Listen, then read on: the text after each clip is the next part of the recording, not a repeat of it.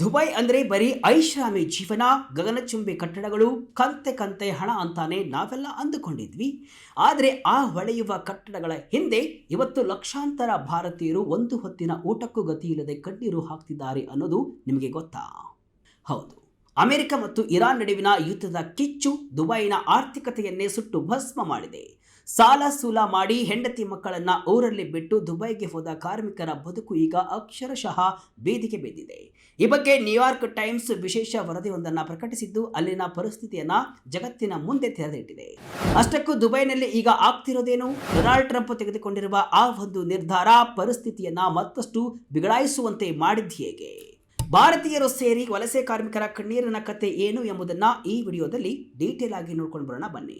ನಾನು ಶಿವಮೂರ್ತಿ ಸರ್ವ. Middle East ಯುದ್ಧಕ್ಕೆ ನಡುಗಿದ ದುಬೈ, ನೆಲಕಚ್ಚಿದ ಟೂರಿಸಂ ಆತಿಥ್ಯ ವಲಯ.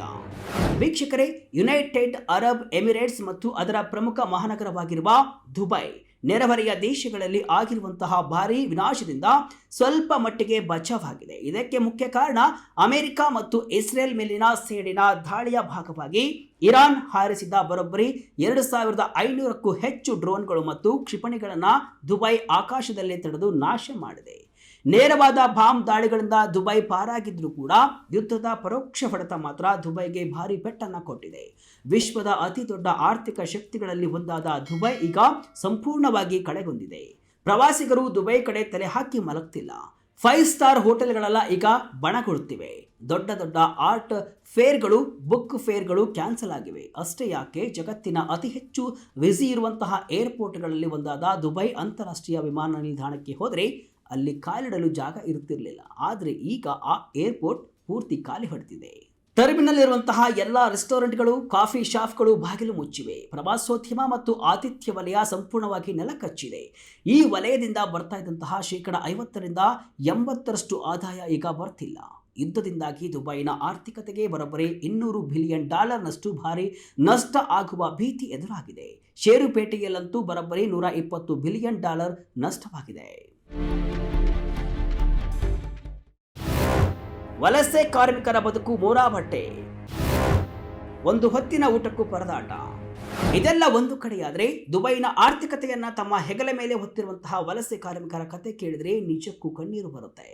ದುಬೈನಲ್ಲಿ ಬರೋಬ್ಬರಿ 8.7 ಮಿಲಿಯನ್ ಅಂದರೆ 87 ಲಕ್ಷ ವಲಸೆ ಕಾರ್ಮಿಕರಿದ್ದಾರೆ. ಅಂದರೆ ಅಲ್ಲಿನ ಒಟ್ಟು ಜನಸಂಖ್ಯೆಯ 80% ಜನ ಹೊರಗಿನಿಂದ ಬಂದವರೇ ಆಗಿದ್ದಾರೆ.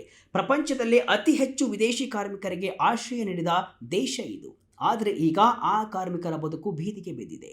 ಅಲ್ಲಿನ ಸಿಚುವೇಶನ್ ನಿಮಗೆ ಅರ್ಥ ಆಗಬೇಕಾದ್ರೆ ಫಿಲಿಪೈನ್ಸ್ನಿಂದ ಬಂದಿರುವಂತಹ 32 ವರ್ಷದ ಮಾರ್ಚೋರಿ ಅನ್ನೋ ಮಹಿಳೆಯ ಕಥೆಯನ್ನು ನೀವು ಕೇಳಬೇಕು. ಮಾರ್ಚೋರಿ ಎಂಬಾಕೆ ದುಬೈನ ಔಟ್ಲೆಟ್ ಮಾಲ್ನಲ್ಲಿ ಡಿಸೈನರ್ ಬಟ್ಟೆಗಳನ್ನು ಮಾರಾಟ ಮಾಡುವ ಕೆಲಸವನ್ನು ಮಾಡ್ತಿದ್ರು. ಫೆಬ್ರವರಿಯಲ್ಲಿ ಯುದ್ಧ ಶುರುವಾದಾಗ ಮಾಲ್ಗೆ ಬರುವ ಗ್ರಾಹಕರ ಸಂಖ್ಯೆ ನಿಂತೇ ಹೋಯಿತು. ಹೀಗಾಗಿ ಮಾರ್ಚೋರಿಯನ್ನ 1 ತಿಂಗಳು ರಜೆಯ ಮೇಲೆ ಕಳಿಸಲಾಯಿತು. ಆಮೇಲೆ ಜೂನ್ 1ರವರೆಗೆ ಸಂಬಳವಿಲ್ಲದೆ ರಜೆಯನ್ನ ಮುಂದುವರಿಸಲಾಯಿತು. ನಮ್ಮನ್ನ ವಾಪಸ್ ನಮ್ಮ ದೇಶಕ್ಕೆ ಕಳಿಸಿಬಿಡ್ತಾರಾ ಅನ್ನೋ ಭಯ ಕಾಡ್ತಿದೆ. ಗಂಡ ರೆಸ್ಟೋರೆಂಟ್ನಲ್ಲಿ ಕೆಲಸವನ್ನ ಮಾಡ್ತಿದ್ದಾರೆ. ಆದರೆ ನಮ್ಮ 1 ವರ್ಷದ ಮಗು ಹಾಗೂ ಊರಿನಲ್ಲಿರೋ ಕುಟುಂಬಕ್ಕೆ ಹಣವನ್ನ ಕಳಿಸಬೇಕು.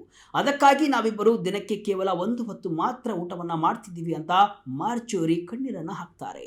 ಸದ್ಯಕ್ಕೆ ತನ್ನ ಸ್ನೇಹಿತರಿಗೆ ಮೇಕಪ್ ಪೆಡಿಕ್ಯೂರ್ ಮಾಡಿ 4 ಕಾಸನ್ನ ಆಕೆ ಸಂಪಾದನೆಯನ್ನ ಮಾಡ್ತಿದ್ದಾರೆ. ಮಾಂಸ ತಿನ್ನೋದೇ ಬಿಟ್ಟ ಮೊಹಮ್ಮದ್ ಫೈಸಲ್, ಇದು ವಲಸೆ ಕಾರ್ಮಿಕರ ದಿನನಿತ್ಯದ ನರಕ. ಶ್ರೀಲಂಕಾದ 45 ವರ್ಷದ ಕನ್ಸ್ಟ್ರಕ್ಷನ್ ವರ್ಕರ್ ಮೊಹಮ್ಮದ್ ಫೈಸಲ್ ಕತೆ ಕೂಡ ಭಿನ್ನವಾಗಿಲ್ಲ. ಯುದ್ಧದ ಕಾರಣ ಕಟ್ಟಡ ನಿರ್ಮಾಣದ ಸಾಮಗ್ರಿಗಳು ಬರ್ತಿಲ್ಲ ಅಂತ ಅವರನ್ನ ಲೀವ್ ಮೇಲೆ ಹಾಕಿದ್ದಾರೆ. ಅವರಿಗೆ ತಿಂಗಳಿಗೆ 1600 ದಿಹಾರಾಮ್ ಅಂದರೆ ಸುಮಾರು $435 ಸಂಬಳ ಬರ್ತಿದೆ. ಆದರೆ ಓವರ್ ಟೈಮ್ ಕೆಲಸ ಇಲ್ಲದೆ ಕೈಯಲ್ಲಿ ಕಾಸಿಲ್ಲ.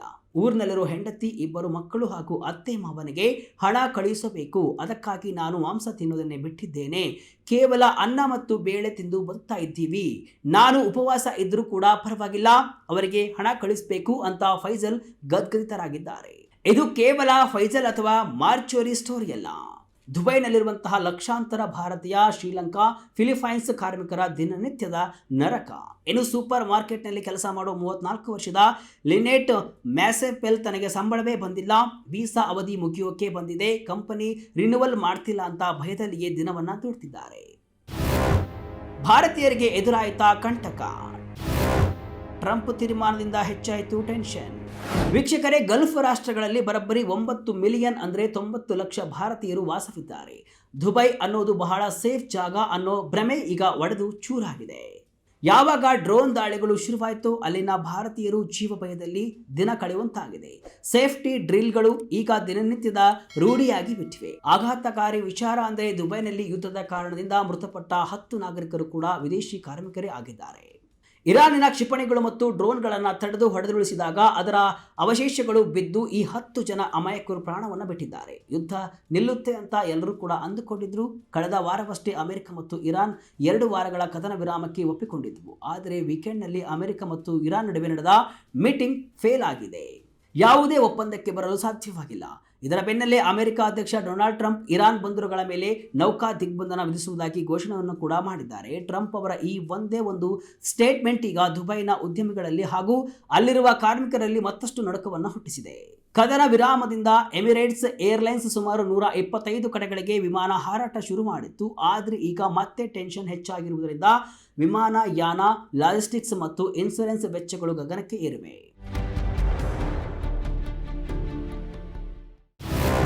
ವಲಸಿಗರ ಸಮಸ್ಯೆಗೆ ಸರ್ಕಾರ ಏನ್ ಮಾಡ್ತಿದೆ? ಕೈ ತೊಳೆದುಕೊಂಡ್ರ ಕಂಪನಿಗಳ ಮಾಲೀಕರು. ಇಷ್ಟೆಲ್ಲ ಆಗ್ತಿದ್ರು ಕೂಡ UAE ಸರ್ಕಾರ ಯುದ್ಧದ ಬಗ್ಗೆ ತುಟಿ ಬಿಚ್ಚಿಲ್ಲ. ಜನವರಿ ತಿಂಗಳಲ್ಲಿ ಪ್ರವಾಸೋದ್ಯಮ ಸಚಿವ ಅಬ್ದುಲ್ಲಾ ಬಿನ್ ತೌಕ್ ಅಲ್ ಮರ್ರಿ ಅವರು 2025ರಲ್ಲಿ ಪ್ರವಾಸೋದ್ಯಮ ವಲಯ $79 ಬಿಲಿಯನ್ ಆದಾಯವನ್ನು ತಂದುಕೊಟ್ಟಿದೆ. ಇದು ನಮ್ಮ GDPಯ ಶೇಕಡ 15ರಷ್ಟಿದೆ ಅಂತ ಹೆಮ್ಮೆಯಿಂದ ಹೇಳಿಕೊಂಡಿದ್ರು. ಆದರೆ ಈಗ ಪರಿಸ್ಥಿತಿ ತಲೆಕೆಳಗಾಗಿದೆ. ಸರ್ಕಾರ ಕೇವಲ ಪ್ರವಾಸೋದ್ಯಮ ವಲಯಕ್ಕೆ 2 ರಿಲೀಫ್ ಪ್ಯಾಕೇಜ್ ಅನ್ನು ಕೊಟ್ಟಿದೆ. ಶೇಖ್ ಹಮ್ದಾನ್ ಅವರು $1 ಬಿಲಿಯನ್ ದಿಹರಾಮ್ ಅಂದರೆ $272 ಮಿಲಿಯನ್ ಸ್ಟಿಮ್ಯುಲಸ್ ಪ್ಯಾಕೇಜ್ ಘೋಷಣೆಯನ್ನ ಮಾಡಿದ್ದಾರೆ. ಜೊತೆಗೆ ವೀಸಾ ಮುಗಿದವರಿಗೆ 6 ತಿಂಗಳ ವೀಸಾ ಅಮ್ನೆಸ್ಟಿಯನ್ನು ಕೂಡ ನೀಡಿದೆ. ಆದರೆ ದಿನಗೂಲಿ ನಂಬಿ ಬದುಕ್ತಾ ಇದ್ದಂತಹ ವಲಸೆ ಕಾರ್ಮಿಕರಿಗೆ ನೇರವಾಗಿ $1 ಪರಿಹಾರ ಕೂಡ ಸಿಕ್ಕಿಲ್ಲ. ಈ ಬಗ್ಗೆ ಹ್ಯೂಮನ್ ರೈಟ್ಸ್ ವಾಚ್ ಕಟುವಾಗಿ ಟೀಕಿಸಿದೆ. ಕಂಪನಿಗಳು ಯುದ್ಧದ ನೆಪ ಹೇಳಿ ಸಂಪೂರ್ಣ ಹೊರೆಯನ್ನ ಕಾರ್ಮಿಕರ ಮೇಲೆ ಹಾಕಬಾರದು. ಕಾಂಟ್ರಾಕ್ಟ್ ಪ್ರಕಾರ ಅವರಿಗೆ ಸಂಬಳವನ್ನು ಕೊಡಬೇಕು ಅಂತ HRW ಅಧಿಕಾರಿ ಮೈಕೆಲ್ ಪೇಜ್ ಎಚ್ಚರಿಕೆಯನ್ನು ಕೊಟ್ಟಿದ್ದಾರೆ. ಕಾರ್ಮಿಕರ ಸಂಬಳ ಕಟ್, ಕೆಲಸದಿಂದ ವಜಾ.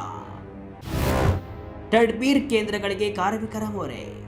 ಲಿಮಿಟ್ಲೆಸ್ ಸಂಸ್ಥೆಯ MD ಮ್ಯಾಂಡಿ ಕವೆನ್ ಬರ್ಗ್ ಹೇಳುವಂತೆ ಹೋಟೆಲ್ ಉದ್ಯಮ ಸ್ತಬ್ಧವಾಗಿದೆ. ಕಂಪನಿಗಳು ಖರ್ಚು ಕಡಿಮೆ ಮಾಡಲು ಕಾರ್ಮಿಕರ ಸಂಬಳವನ್ನು ಕಟ್ ಮಾಡ್ತಿವೆ.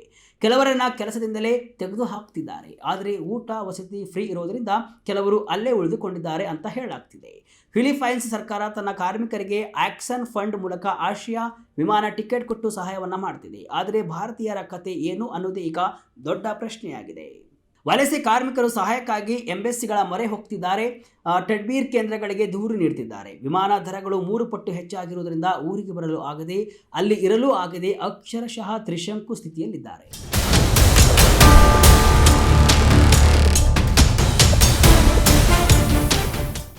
ಒಟ್ನಲ್ಲಿ ಅಮೆರಿಕ ಮತ್ತು ಇರಾನ್ ನಡುವಿನ ಜಿದ್ದಾಜಿದ್ದಿ ದುಬೈ ಅನ್ನೋ ಕನಸಿನ ಸಿಟಿಯನ್ನ ಮರುಭೂಮಿಯ ಕಣ್ಣೀರಿನ ಕಡಲಾಗಿ ಬದಲಾಯಿಸಿದೆ. ಡೊನಾಲ್ಡ್ ಟ್ರಂಪ್ ಅವರ ಕಠಿಣ ನಿಲುವುಗಳು ಯುದ್ಧವನ್ನ ಮತ್ತಷ್ಟು ತೀವ್ರಗೊಳಿಸುವ ಸಾಧ್ಯತೆ ದಟ್ಟವಾಗಿದೆ. ತಮ್ಮ ಕುಟುಂಬದ ಉದ್ಧಾರಕ್ಕಾಗಿ ಸಾಲ ಸೂಲ ಮಾಡಿ ಸಾವಿರಾರು ಮೈಲಿ ದೂರ ಹೋಗಿ ಕಷ್ಟಪಡುತ್ತಿದ್ದ ನಮ್ಮ ಕಾರ್ಮಿಕರ ಭವಿಷ್ಯ ಈಗ ಅತಂತ್ರವಾಗಿದೆ. ಒಂದು ವೇಳೆ ಯುದ್ಧ ಇದೇ ರೀತಿ ಲಾಂಗ್ ಟರ್ಮ್ನಲ್ಲಿ ಕಂಟಿನ್ಯೂ ಆದರೆ ದುಬೈನಲ್ಲಿರುವಂತಹ ಲಕ್ಷಾಂತರ ವಲಸೆ ಕಾರ್ಮಿಕರ ಪರಿಸ್ಥಿತಿಯನ್ನ ಊಹಿಸಿಕೊಳ್ಳೋದು ಕಷ್ಟ. ನೋಡೋಣ, ಯುದ್ಧ ನಿಲ್ಲುತ್ತಾ ದುಬೈ ತನ್ನ ಹಳೆ ವೈಭವಕ್ಕೆ ಮರಳುತ್ತಾ ವಲಸೆ ಕಾರ್ಮಿಕರ ಸ್ಥಿತಿ ಸುಧಾರಿಸುತ್ತಾ ಅನ್ನೋದನ್ನ ಕಾದು ನೋಡಬೇಕಿದೆ. ಇದಿಷ್ಟು ಇವತ್ತಿನ ವಿಶೇಷ. ಇದೇ ರೀತಿ ಹಲವು ವಿಶ್ಲೇಷಣೆ ಮಾಹಿತಿ ಅಷ್ಟೇ ಅಲ್ಲ, ಮನೋರಂಜನೆಯ ವಿಡಿಯೋಗಳಿಗಾಗಿ ವಿಜಯ ಕರ್ನಾಟಕ ವೆಬ್ಸೈಟ್, ಫೇಸ್ಬುಕ್ ಹಾಗೂ ಯೂಟ್ಯೂಬ್ ಪೇಜನ್ನು ಫಾಲೋ ಮಾಡಿ. ಧನ್ಯವಾದಗಳು.